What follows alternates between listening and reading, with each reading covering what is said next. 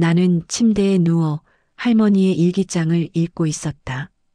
벌써 7번째 읽는 것 같다. 읽을 때마다 새로운 것들이 보였다.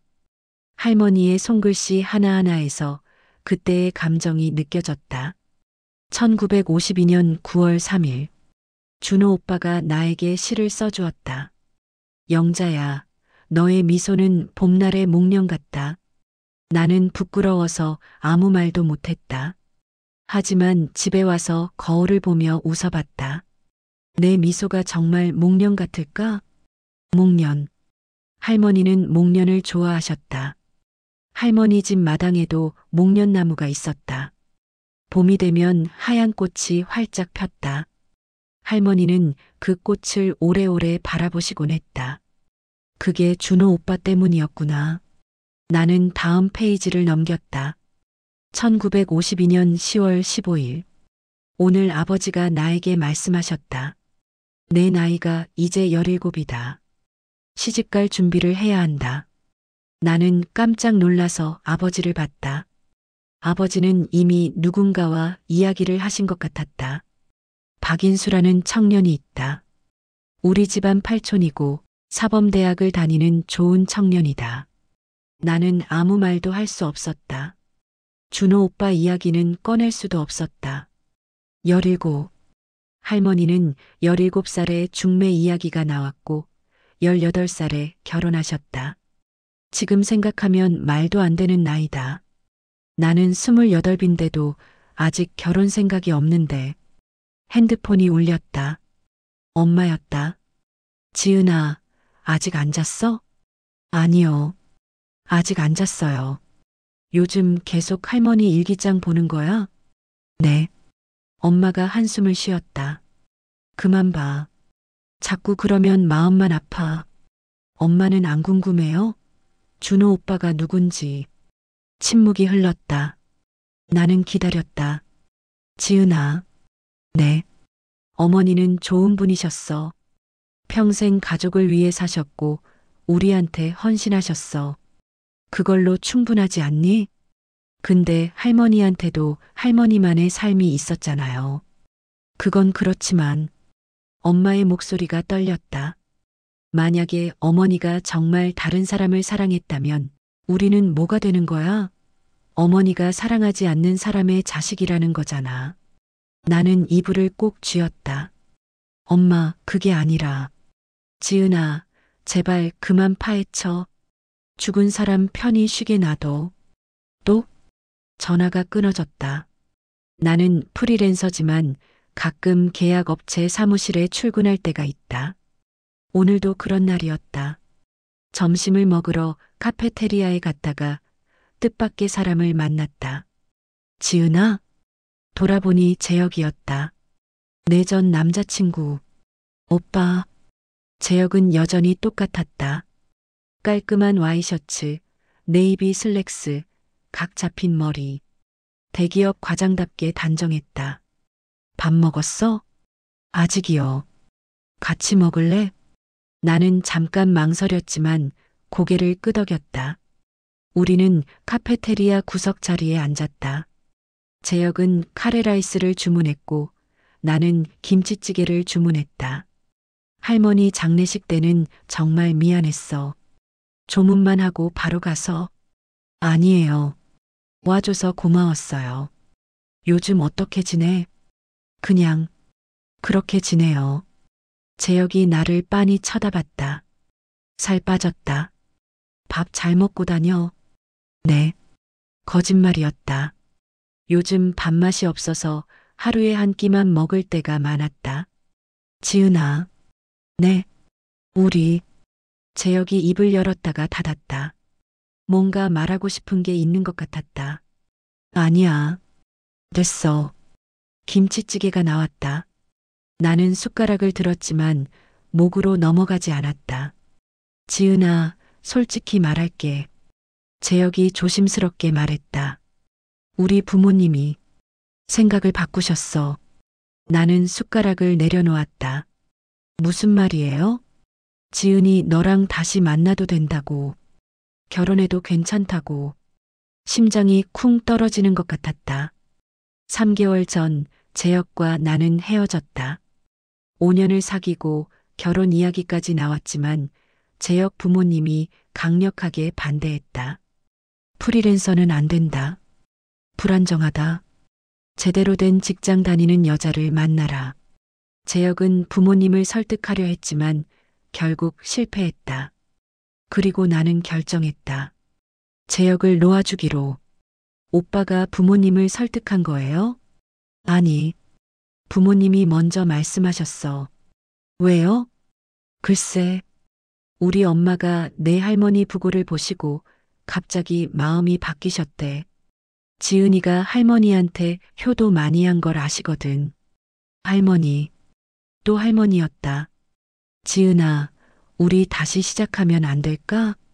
재혁이 내 손을 잡으려 했다. 나는 손을 빼었다. 오빠, 응? 3개월 전에 우리가 왜 헤어졌는지 기억해요? 기억하지. 오빠 부모님이 나를 안 받아주셨잖아요. 내가 프리랜서라서 불안정하다고. 그건 부모님이 잘못 생각하신 거야. 아니에요. 나는 고개를 저었다. 부모님이 맞는 말 했어요. 나는 불안정해요. 한 달에 100만 원 벌 때도 있고 200만 원 벌 때도 있어요. 빚도 있고 미래도 불확실해요. 지은아, 근데 그게 나예요. 이게 내가 선택한 삶이에요. 나는 일어섰다. 오빠 밥 잘 먹었어요. 먼저 갈게요. 지은아, 뒤에서 재혁이 불렀지만 나는 돌아보지 않았다. 퇴근 후 나는 할머니 집으로 향했다. 엄마에게 말하지 않았다. 엄마는 이제 그 집에 가지 말라고 했지만 나는 가고 싶었다. 대문을 열고 들어갔다. 마당에 목련나무가 서 있었다. 지금은 가을이라 꽃은 없었지만 나무는 여전히 그 자리에 있었다. 나는 목련나무 앞에 섰다. 준호 오빠가 말했죠? 할머니 미소가 봄날의 목련 같다고. 바람이 불었다. 나뭇가지가 흔들렸다. 현관문을 열고 들어갔다. 집은 텅 비어 있었다. 유품 정리가 끝나고 이제 이 집은 팔릴 예정이었다. 나는 할머니 방으로 갔다. 이불도 옷장도 화장대도 다 치워졌다. 빈 방만 남았다. 그래도 할머니 냄새가 아직 남아있는 것 같았다. 나는 바닥에 앉았다. 주머니에서 할머니의 일기장을 꺼냈다. 1953년 1월 10일. 오늘 아버지가 정식으로 결혼 날짜를 잡으셨다. 5월 3일. 나는 5월 3일에 박인수 씨와 결혼한다. 준호 오빠를 만나러 갔다. 학교 뒤 언덕, 우리만의 장소. 오빠는 울고 있었다. 영자야, 나는 너 없이 못 살아. 나도 울었다. 오빠, 나도 그래요. 근데 어떻게 해요? 아버지가 허락하지 않으시는데. 나는 가슴이 아팠다. 할머니가 얼마나 힘들었을까. 다음 페이지를 넘겼다. 1953년 24. 발렌타인데이. 준호 오빠가 나에게 선물을 주었다. 작은 금반지. 영자야, 우리 결혼은 못하지만 이 반지만큼은 평생 끼고 있어줘. 그럼 내가 항상 내 곁에 있는 거야. 반지 안쪽에 오빠 이름 이니셜을 새겼다. J, H, JUNHO. 그리고 1953년. 나는 반지를 끼고 울었다. 오빠도 울었다. 우리는 언덕에서 한참을 울었다. 나는 손가락에 낀 할머니의 반지를 내려다봤다. J, H, 1953. 이 반지는 할아버지가 준 게 아니었다. 준호 오빠가 준 거였다. 할머니는 평생 이 반지를 끼고 사셨다. 할아버지와 결혼하고 아이를 낳고 가정을 꾸리면서도 왼손 약지에는 준호 오빠의 반지가 있었다. 그게 할머니가 지킬 수 있는 마지막 자유였을까? 핸드폰이 울렸다. 이모였다. 지은아, 너 지금 어디야? 할머니 집이요. 거기 왜 갔어? 엄마가 가지 말라고 했잖아. 이모, 저 물어볼 게 있어요. 뭔데? 장준호라는 사람 아세요? 전화 너머로 침묵이 흘렀다. 어떻게 그 이름을 알아? 나는 심장이 쿵 떨어지는 것 같았다. 이모, 그 사람 알아요? 지은아, 그 이야기는 하지 말자. 제발. 왜요? 그 사람이 누군데요? 이모. 지은아. 이모의 목소리가 떨렸다. 어머니가 평생 숨긴 비밀이야. 우리도 최근에야 알게 됐어. 어머니가 돌아가시고 나서 이모도 알고 있었어요? 응. 언니랑 나랑.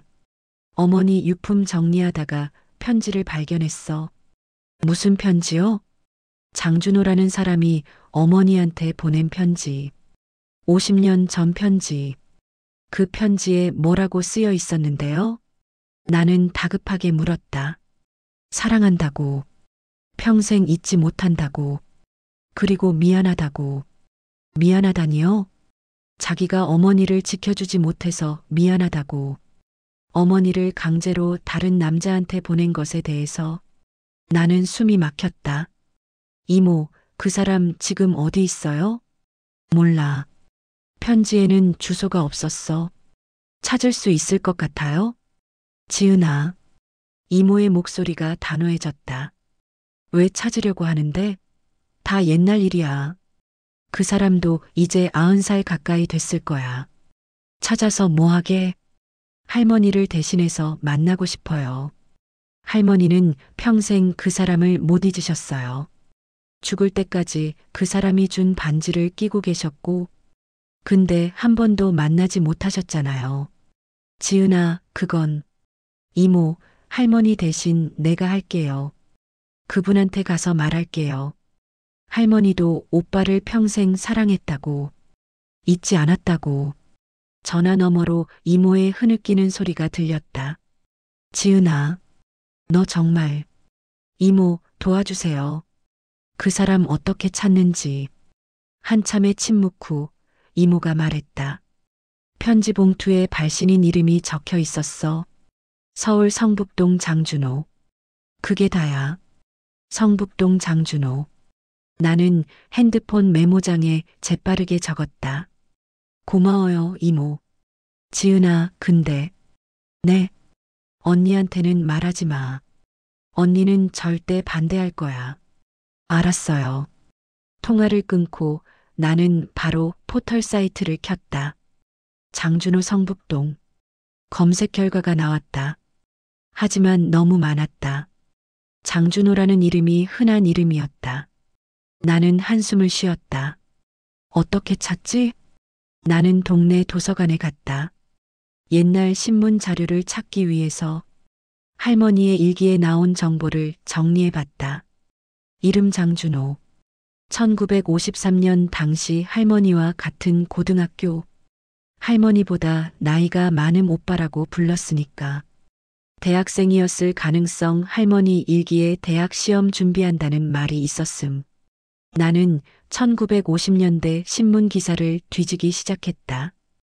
혹시 장준호라는 이름이 나오지 않을까? 2시간을 뒤졌지만 아무것도 찾지 못했다. 지쳐서 의자에 앉아 있는데 도서관 사서 할머니가 다가왔다. 손녀, 뭘 찾는 거니? 아, 1950년대 사람을 찾고 있어요. 누구? 장준호라는 분이요. 성북동에 사셨던 것 같은데. 사서 할머니가 눈을 크게 떴다. 장준호? 혹시 의사 장준호? 나는 심장이 쿵 뛰었다. 의사요? 응. 옛날에 유명한 외과 의사가 있었어. 장준호. 서울대 병원 교수였다가 나중에 개인 병원 차렸지. 지금도 살아계세요? 글쎄, 한 10년 전에 은퇴했다는 소리 들었는데 지금은 모르겠네. 어떻게 찾을 수 있을까요? 사서 할머니가 생각하더니 말했다. 인터넷에 검색해봐. 장준호 외과 의사 이렇게. 아마 기사가 있을 거야. 나는 바로 핸드폰을 꺼냈다. 도서관 컴퓨터 앞에 앉아서 검색했다. 장준호 외과의사 서울대. 검색 결과가 나왔다. 원로 외과의사 장준호 교수. 의료봉사 50년 기념. 2013년 기사. 사진이 있었다. 80대로 보이는 노인. 머리가 하얗고 안경을 낀 모습. 하지만 눈빛은 또렷했다. 기사를 읽었다. 장준호 교수는 1955년 서울대 의대를 졸업하고 서울대 병원 외과 교수로 재직했다. 1980년대 성북동에 장준호 외과를 개원하여 30년간 지역 주민을 위해 봉사했다. 특히 저소득층 환자들에게 무료 진료를 제공한 것으로 유명하다. 현재는 은퇴하여 성북동 자택에서 거주 중이다. 성북동 자택? 나는 손을 떨며 메모를 했다. 찾았다. 장준호 할아버지를 찾았다. 그런데 이제 어떻게 하지? 그냥 찾아가서 저는 박영자 할머니 손녀입니다라고 말하면 될까? 나는 한참을 고민했다. 집으로 돌아가는 길에 엄마에게 전화가 왔다. 지은아, 어디야? 집 가는 길이요. 미정이한테 들었어. 나는 멈춰섰다. 뭐려? 장준호 찾고 있다며? 이모가 엄마한테 말했구나. 엄마. 지은아, 하지 마. 제발. 엄마의 목소리가 떨렸다. 왜 자꾸 그러는 거야? 할머니 편히 보내드리면 안 돼? 엄마, 이건 할머니를 위한 거예요. 할머니를 위한 게 아니야. 내 호기심을 위한 거지. 나는 가슴이 아팠다. 엄마, 그게 아니라. 지은아. 엄마가 단호하게 말했다. 내가 명령하는 거야. 장준호라는 사람 찾지 마. 만나지도 마. 만약에 내가 그 사람 만나면 나는 너를 용서 못해. 알았지? 나는 대답하지 못했다. 지은아. 네. 나는 거짓으로 대답했다. 통화를 끊고 나는 한참을 서 있었다. 엄마는 반대한다. 이모도 조심스러워한다. 근데 나는 가고 싶다. 할머니를 위해서. 집에 돌아와서 침대에 누웠다. 주머니에서 할머니의 반지를 꺼내서 불빛에 비춰봤다. J. H. 1953. 70년 전 장준호 할아버지가 할머니에게 준 반지. 할머니는 이 반지를 끼고 다른 남자와 결혼했다. 아이를 낳았다. 가정을 꾸렸다. 늙었다. 그리고 죽었다. 평생 왼손 약지에 다른 남자의 반지를 끼고. 할머니, 사랑은 선택할 수 있는 게 아니었나요? 내가 재혁을 만났을 때 나는 사랑한다고 생각했다. 근데 재혁 부모님이 반대했고 나는 포기했다. 나는 선택했다. 재혁을 포기하기로. 근데 할머니는 선택하지 못했다. 준호 오빠를 포기할 수 없었지만 결혼은 강제로 해야 했다. 그게 여자의 운명이었을까? 1950년대에는 나는 다시 일기장을 꺼내 들었다. 마지막 페이지를 찾았다. 1953년 5월 2일. 내일이 결혼식이다. 오늘 밤 준호 오빠를 마지막으로 만났다. 학교 뒤 언덕. 오빠가 울면서 말했다. 영자야, 나는 평생 너만 사랑할 거야. 너도 나를 잊지 마. 나도 울면서 대답했다. 오빠, 나도요. 평생 오빠만 사랑할게요. 우리는 밤새도록 언덕에 앉아 있었다. 해가 뜰 때까지. 일기는 거기서 끝났다. 그 다음 페이지는 비어 있었다. 할머니는 결혼 후에 일기를 쓰지 않으셨다. 아니, 쓸 수 없으셨던 걸까? 나는 눈물이 났다. 할머니, 얼마나 힘드셨어요? 아침에 일어나서 결심했다. 나는 장준호 할아버지를 만나러 갈 것이다. 엄마가 뭐라고 해도 이건 할머니를 위한 일이니까. 나는 옷을 입고 가방을 들었다. 가방 안에 할머니의 일기장과 반지를 넣었다. 현관문을 나서는데 핸드폰이 울렸다. 재혁이었다. 지은아, 나야. 오빠, 너 지금 시간 있어? 할 이야기가 있어. 미안해요. 지금 급한 일이 있어서. 뭔데? 개인적인 일이에요. 지은아. 재혁의 목소리가 진지해졌다. 너 요즘 이상해. 무슨 일 있는 거지? 나는 한참 망설이다가 대답했다. 오빠 나 할머니 첫사랑 찾으러 가요. 뭐? 할머니한테 첫사랑이 있었어요. 근데 결혼 못 하셨어요. 나는 그분 만나서 할머니 이야기 전해드리고 싶어요. 지은아, 그게 이상하죠? 나도 알아요. 근데 나는 가고 싶어요. 나는 전화를 끊었다. 그리고 집을 나섰다. 성북동으로. 사화에서 계속됩니다. 많은 시청 바랍니다. 구독, 좋아요도 눌러주면 좋아요.